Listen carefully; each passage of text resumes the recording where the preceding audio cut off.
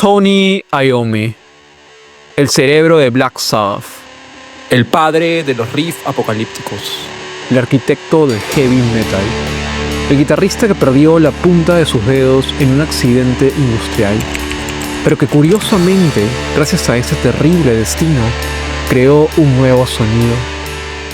¿Te lo imaginas tocando con una banda de folk británico bastante pastoral, de gestos hilarantes y flautas agresivas? Pues eso ocurrió, por muy insólito que suene. Tony Iommi fue guitarrista de Jethro Tull, aunque solo por unos días, y aunque algunos ya lo deben saber, hay muchos que quizá aún no. Una historia breve, confusa, pero que marcó un punto de quiebre en la historia del metal pesado. Porque después de tocar con Jethro Tull, Tony tomó una decisión: volver a Sabbath y nunca más mirar atrás. La historia arranca en 1968. Tony, Geezer, Ozzy y Bill todavía no se llamaban Black Sabbath. Eran una banda de Birmingham que se hacían llamar Earth y merodeaban por los barrios más picantes del industrial Birmingham: Newton, Aston, Handsworth, entre otras áreas. Tocaban blues pesado, influenciados por The Cream y Hendrix, pero con una oscuridad inusual. Sin embargo, nadie les prestaba la suficiente atención, ni discográficas, ni managers. Eran buenos, pero estaban estancados, hasta que llegó la llamada.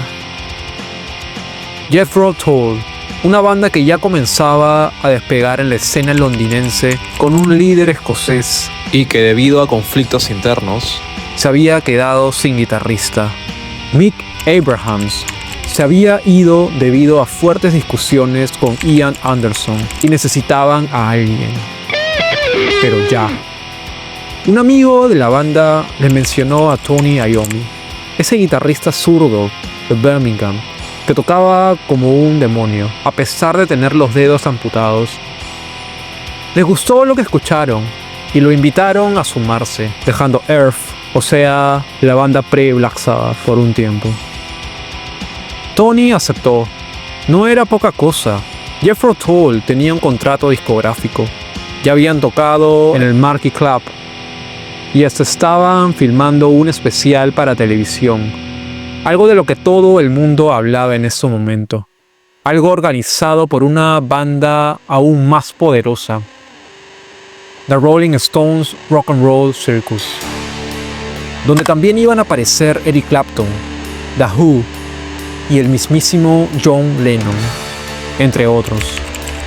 Fue así que Iommi viajó a Londres, conoció a Ian Anderson y se unió a la banda por unos días.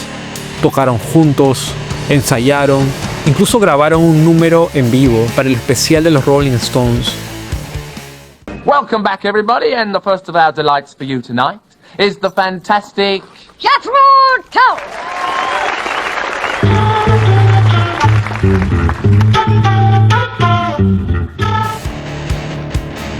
Una versión de A Song for Jeffrey, con Ian Anderson girando como un duende haciendo caras graciosas y Tony al fondo, quieto, serio, perfil bajo, fuera de lugar. Porque de hecho en ningún momento mira la cámara. Y esa fue la única grabación conocida de Tony Iommi con Jethro Tull. Ni discos, ni demos, ni conciertos completos, solo ese registro en video que hoy se puede ver en esta plataforma. Ahí estaba, el futuro creador del metal, con una banda de folk rock con flauta, y no duró mucho más. Pero ¿por qué Tony se fue tan rápido? Tony aguantó apenas unos días con Jethro Tull. La razón simplemente no encajaba. Done a few gigs, and we've done a gig with Jethro Tull, and it was the night Mick Abrahams was leaving, and they asked me if I'd join. Según sus propias palabras, el estilo de trabajo de Ian Anderson era demasiado estructurado, demasiado autoritario, y realmente se ve en su semblante, ¿no lo crees? ¿Trabajarías con Ian Anderson? Una pregunta rara, pero igual te la hago. Toll ya tenía una forma de hacer las cosas, un plan bastante enfocado. Tony, en cambio, venía de Earth, una banda bastante joven, donde todo era más libre, caótico, casi salvaje y por supuesto, industrial. Y algo no cuadraba. Iommi confesó que esa experiencia le enseñó algo clave. Si iba a estar en una banda, quería que fuese su banda, con su propio sonido, su estética, su visión. Así que después de tocar con Jethro Tull, Tony volvió a su natal Birmingham y se reencontró con sus viejos compañeros, pero esta vez con más claridad que nunca. No iba a conformarse con ser un músico de sesión, iba a liderar su propia revolución. ¿Pero te has preguntado cuál fue el efecto de Tull en el nacimiento de Sabbath? Irónicamente, esa breve aventura con Jethro Tull fue el catalizador de Black Sabbath. Imagina que no se hubiese dado esta oportunidad de tocar con una banda con un líder quizá muy conflictivo y con una estructura compleja. Probablemente su visión se hubiese quedado estancada.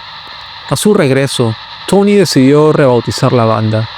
Se inspiraron en una película de terror italiana, Ai Tre Voltri della Paura, que en inglés se tradujo como Black Sabbath, y con ese nuevo nombre todo cambió. Empezaron a escribir canciones más oscuras, más teatrales, quizá por la influencia histrónica de Ian Anderson. Geezer Butler trajo las letras sobre ocultismo, pesadillas y crítica social, y Tony encontró su voz definitiva como guitarrista. Y como jugando, Jethro Tull le hizo un favor inmenso. Lo puso a prueba, lo hizo dudar y luego lo empujó a tomar las riendas de su destino.